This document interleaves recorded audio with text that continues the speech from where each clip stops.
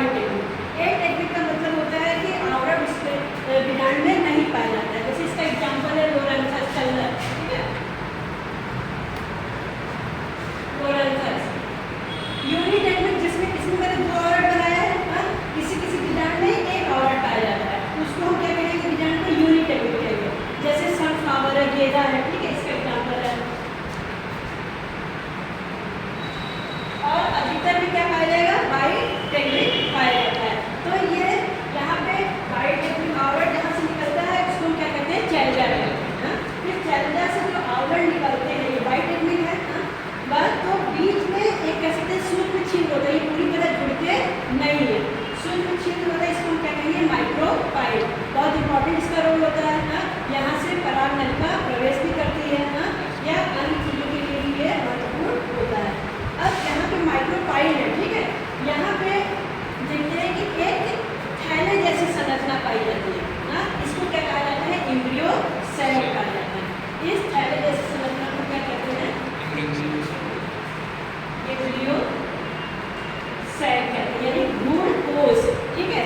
इसी भ्रूण कोश में निषेचन की क्रिया होती है। अब ये भ्रूण कोश हम देख रहे हैं सामान्यतः क्या होता है, 8 केंद्रकीय और 7 सेल स्ट्रक्चर होता है।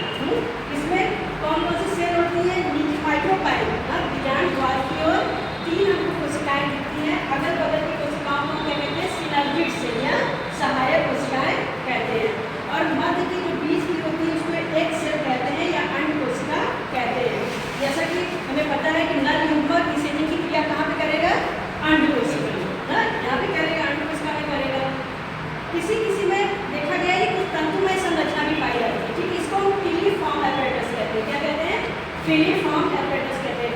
इसका मुख्य कार्य वैज्ञानिकों द्वारा बताया गया है कि जब पराग नलिका प्रवेश करती है तो उसको दिशा देती है ना, कि उसको कहाँ पे पहुँचना है, उसमें सहायक होती है और क्षेत्रफल भी बढ़ाने में ये सहायक होती है।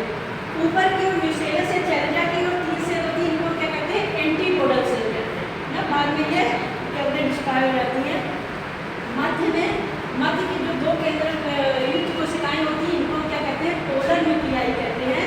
जैसा कि हम लोग नर युग्मक का विकास में पढ़े थे, 2 नर युग्मक बनते हैं ना, एक नर युग्मक तो अंड कोशिका से निषेचन की क्रिया करेगा, जो दूसरा नर युग्मक बनता है वो कहाँ आता है, इस कुयन से क्रिया करके क्या बनाता है, फ्रीयन स्ट्रक्चर बनाता है, जो बाद में क्या कहलाता है, भ्रूण कोश कहलाता है, ठीक है, एंडोस्पर्म कहलाता है, भ्रूण कोश कहलाता है।